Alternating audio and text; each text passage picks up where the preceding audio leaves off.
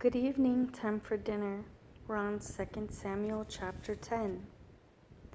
And after this it came to be that the sovereign of the children of Ammon died, and Hanun, his son, reigned in his place. And David said, "Let me show loving commitment to Hanun, son of Nahash, as his father showed loving commitment to me." So David sent by the hand of his servants to comfort him concerning his father. And when David's servants came into the land of the children of Ammon, the chiefs of the children of Ammon said to Hanun their master, "Is David esteeming your father in your eyes, in that he has sent comforters to you? Has David not rather sent his servants to you to search the city, to spy it out, and to overthrow it?" So Hanun took David's servants and shaved off half their beards and cut off their garments in the middle as far as their buttocks and sent them away. And they informed David, and he sent to meet them because the men were greatly ashamed. And the sovereign said, "Wait at Jericho until your beards have grown, and then return." And when the children of Ammon saw that they had become a stench to David, the children of Ammon sent and hired Arameans of Beth Rehob and Arameans of Sobah, 20,000 foot soldiers, and the sovereign of Maacah, 1,000 men, and men of Tob, 12,000 men. And David heard and sent Joab and the entire army, the mighty men. And the children of Ammon came out and put themselves in battle array at the entrance of the gate. And the Arameans of Sobah and Rehob and the men of Tob and Maacah were by themselves in the field. And Joab saw that the battle line was against him before and behind, and he chose out all the chosen men of Israel and put them in battle array against the Arameans. And the rest of the people he gave under the hand of Abishai, his brother, and he put them in battle array against the children of Ammon. And he said, "If the Arameans are too strong for me, then you shall help me. But if the children of Ammon are too strong for you, then I shall come and help you. Be strong, and let us show strength for our people and for the cities of our Elohim, and let Jehovah do what is good in his eyes." And Joab drew near, and the people with him, to battle against Aram, and they fled before him. And when the children of Ammon saw that the Arameans were fleeing, they also fled before Abishai, and went into the city. And Joab returned from the children of Ammon, and came to Jerusalem. And Aram saw that they were smitten before Israel, and they gathered together. And Hadadezer sent and brought out the Arameans who were beyond the river, and they came to Helam. And Shobach, the commander of the many of Hadadezer, went before them. And it was reported to David, and he gathered all Israel, and passed over the Jordan, and came to Helam. And Aram set themselves in battle array against David, and they fought with him. And Aram fled before Israel, and David killed 700 charioteers and 40,000 horsemen of Aram, and he struck Shobach, commander of their army, who died there. And all the sovereigns, the servants of Hadadezer, saw that they were smitten by Israel, and made peace with Israel, and served them. And the Arameans were afraid to help the children of Ammon any more. And it came to be at the turn of the year, at the time sovereigns go out to battle, that David sent Joab and his servants with him, and all Israel, and they destroyed the children of Ammon, and besieged Rabbah. but David remained at Jerusalem. And it came to be at evening time that David rose from his bed and walked about on the roof of the sovereign's house. And from the roof he saw a woman bathing, and the woman was very good to look at. And David sent and asked about the woman, and one said, "Is this not Bathsheba, the daughter of Eliam, the wife of Uriah the Hittite?" And David sent messengers to fetch her, and she came to him, and he lay with her, for she was cleansing herself from her uncleanness, and she returned to her house. And the woman conceived and sent and informed David and said, "I am pregnant." Then David sent to Joab, "Send Uriah the Hittite to me." And Joab sent Uriah to David. And Uriah came to him, and David asked how Joab was doing, and how the people were doing, and how the fighting was going. And David said to Uriah, "Go down to your house and wash your feet." And Uriah went out from the sovereign's house, and a gift from the sovereign followed him. But Uriah lay down at the door of the sovereign's house with all the servants of his master, and did not go down to his house. And they informed David, saying, "Uriah did not go down to his house." So David said to Uriah, "Did you not come from a journey? Why did you not go down to your house?" And Uriah said to David, "The ark of Israel and Yehudah are dwelling in booths, and my master Joab and the servants of my master are encamped in the open fields. And should I go to my house to eat and to drink and to lie with my wife? As you live and as your being lives, let me not do this." And David said to Uriah, "Remain here today also, and tomorrow I let you go." So Uriah remained in Jerusalem that day and the next. And David called him, and he ate and drank before him. And he made him drunk.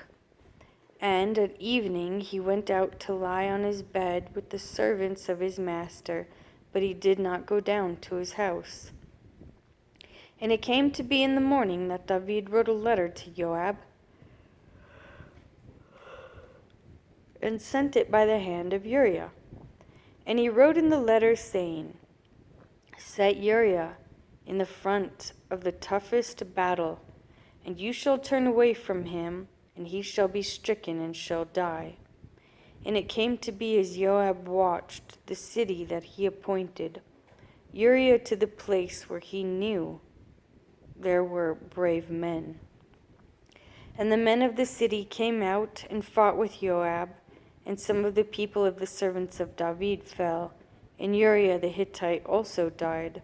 And Joab sent and reported to David all the events of the battle, and commanded the messenger, saying, "When you have finished reporting all the events of the battle to the sovereign, then it shall be, if the sovereign's wrath rises and he says to you, 'Why did you go so near to the city when you fought? Did you not know that they would shoot from the wall? Who struck Abimelech, the son of Yerub-Besheth?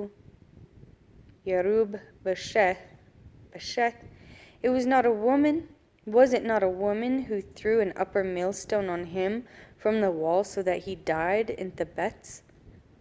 Why did you go near the wall? Then you shall say, Your servant Uriah the Hittite is also dead.'" And the messenger went and came and reported to David all that which Joab had sent him.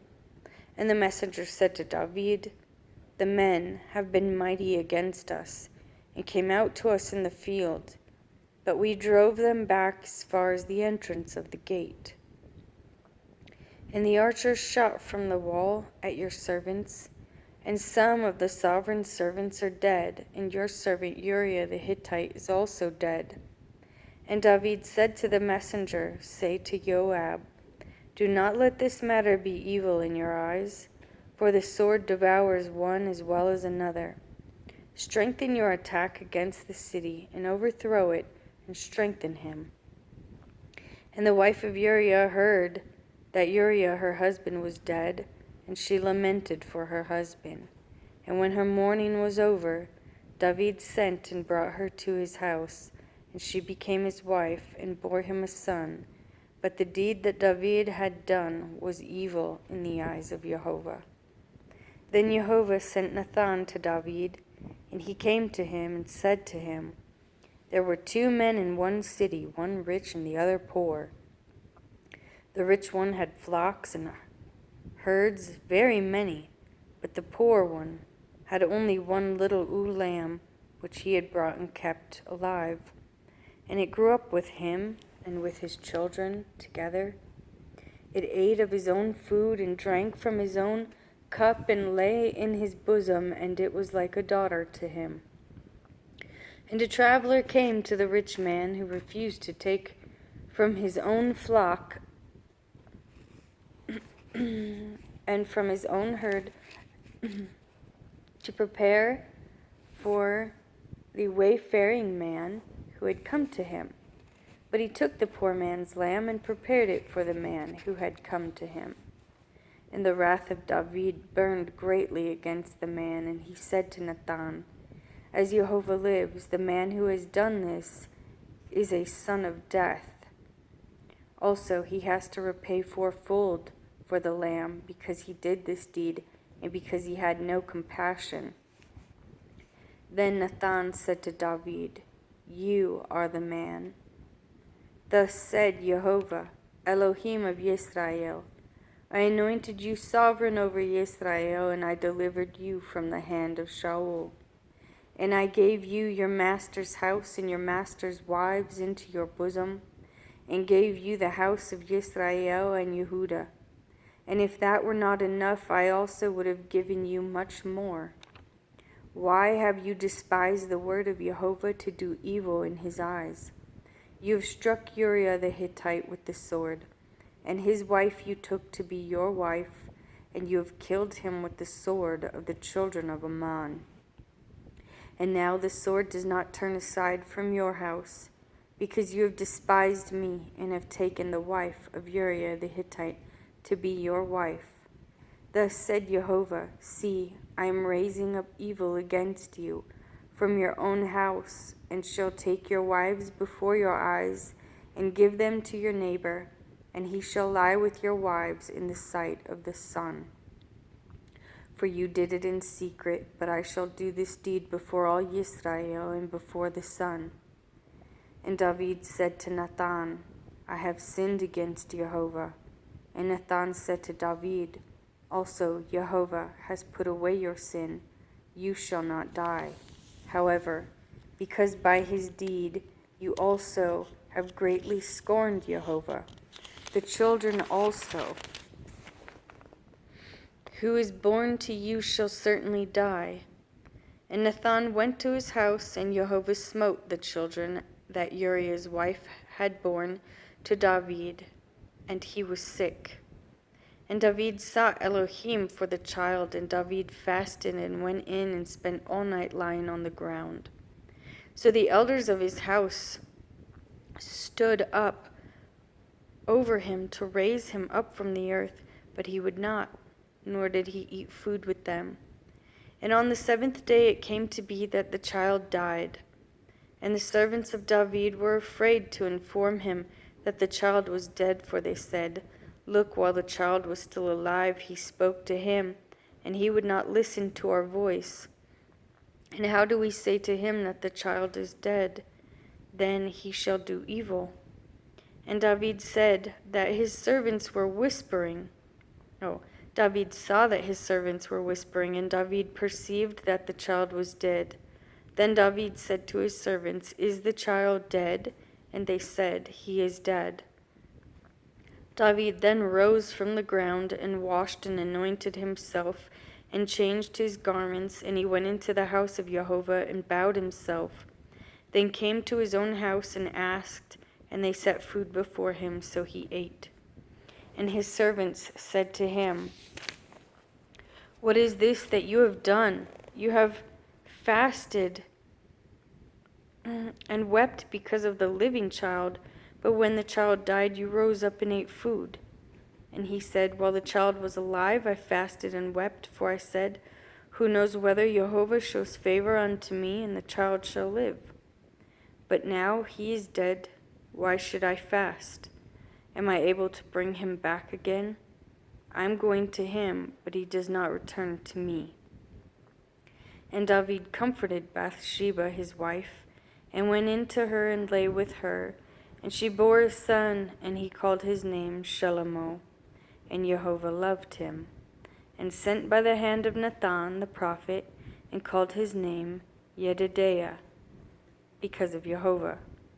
And Joab fought against Rabbah of the children of Ammon, and captured the royal city. And Joab sent messengers to David and said, I have fought against Rabbah, and I have captured the city's water supply. And now gather the rest of the people together and encamp against the city and capture it, lest I capture the city and it be called after my name. And David gathered all the people and went to Rabbah and fought against it and captured it. And he took their sovereign's crown from his head, and its weight was a talent of gold, with precious stones. And it was on David's head. And he brought out the spoil of the city, a very great amount. And he brought out the people who were in it, and set them to the saw, and to sharp instruments of iron, and to axes of iron, and made them pass over to the brickworks. So he did with all the cities of the children of Ammon, and David and all the people returned to Jerusalem. And after this it came to be that Absalom, son of David, had a beautiful sister whose name was Tamar, and Amnon, son of David, loved her. And Amnon was distressed, even to become sick, because of his sister Tamar, for she was a maiden, and it was hard in the eyes of Amnon to do whatever to her. And Amnon had a friend whose name was Jonadab, son of Shammah, David's brother. Now Jonadab was a very wise man, and he said to him, Why are you, the sovereign's son, becoming thinner day after day? Explain it to me. And Amnon said to him, I love Tamar, my brother Absalom's sister. And Jonadab said to him, Lie down on your bed and pretend to be sick. And when your father comes to see you, say to him, Please let my sister Tamar come and give me food, and make the food before my eyes, so that I see it and eat it from her hand.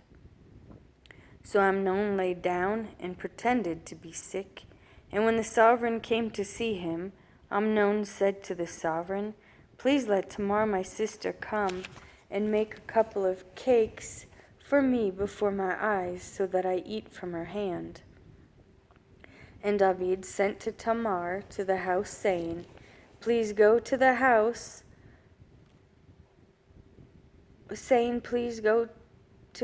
of your brother Amnon and make food for him. So Tamar went to her brother Amnon's house while he was lying down, and she took dough and kneaded it, and made cakes before his eyes, and baked the cakes. And she took the pan and turned them out before him, and he refused to eat. And Amnon said, Make everyone go away from me. And they all went out from him. And Amnon said to Tamar, Bring the food into the bedroom, that I eat from your hand. And Tamar took the cakes which she had made, and brought them to Amnon her brother in the bedroom. And she brought them to him to eat, and he took hold of her, and said to her, Come, lie with me, my sister. And she answered him, No, my brother, do not humble me, for it is not done so in Israel. Do not do this wickedness. And I, where could I take my shame? And you would be like one of the fools in Israel. And now, please speak to the sovereign, for he would not withhold me from you. But he would not listen to her voice, and being stronger than she, he humbled her and lay with her. And Amnon then hated her exceedingly, so that the hatred with which he hated her was greater than the love with which he had loved her. And Amnon said to her, Arise, go. And she said to him, No, for this evil of sending me away is worse than the other you have done to me. But he would not listen to her. And he called his young man serving him and said, Now put this one out, away from me, and bolt the door behind her. And she had a long coat, for the sovereign's maidens' daughters wore such garments. And his servant put her out and bolted the door behind her. And Tamar put ashes on her head, and tore her long coat that was on her, and put her hand on her head, and went away crying bitterly. And Absalom her brother said to her, Has Amnon your brother been with you? But now keep silent, my sister. He is your brother. Do not take this matter to heart. So Tamar remained in the house of her brother Absalom, but was ruined. The sovereign David heard all these reports, and he was very wroth. And Absalom spoke to his brother Amnon neither good nor evil, for Absalom hated Amnon, because he had humbled his sister Tamar. And it came to be after 2 years that Absalom had sheep shearers in Baal Hatzor, which is beside Ephraim, and Absalom invited all the sons of the sovereign. And Absalom came to the sovereign and said, See, your servant has sheep shearers. Please let the sovereign and his servants go with your servant. But the sovereign said to Absalom, No, my son, let us not all go now, lest we be too heavy on you.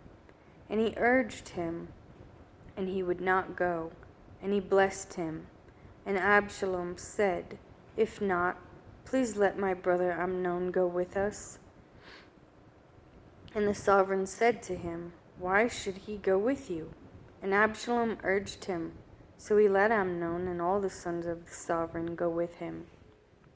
And Absalom had commanded his servants, saying, Watch, and when the heart of Amnon is glad with wine, and I shall say to you, Strike Amnon, then kill him. Do not be afraid. Have I not commanded you, be strong and brave? Then the servants of Absalom did to Amnon as Absalom had commanded. Then all the sons of the sovereign rose up, and each one mounted his mule and fled. And it came to be while they were on the way, that news came to David, saying, Absalom has stricken all the sons of the sovereign, and not one of them is left. And the sovereign rose up and tore his garments and lay on the ground, and all his servants stood by with their garments torn. And Jonadab, son of Shammah, David's brother, answered and said, Do not let my master say they have killed all the young men, the sons of the sovereign, for only Amnon is dead. For by the mouth of Absalom this has been appointed from the day that he humbled his sister Tamar. And now let not my master the sovereign take the matter to his heart, to think that all the sons of the sovereign are dead, for only Amnon is dead. And Absalom fled, and the young man who was watching lifted up his eyes, and looked and saw many people were coming from the way behind him, on the side of the hill. Then Jonadab said to the sovereign, Look, the sons of the sovereign are coming, as your servant said, so it is. And it came to be, as soon as he had finished speaking, that look, the sons of the sovereign came, and they lifted up their voice and wept. And the sovereign too, and all his servants wept very bitterly. And Absalom fled, and went to Talmai, son of Ammihud, sovereign of Geshur. And David mourned for his son all the days. So Absalom fled and went to Geshur, and was there 3 years. Sovereign David then longed to go to Absalom, for he had been comforted concerning Amnon, because he was dead.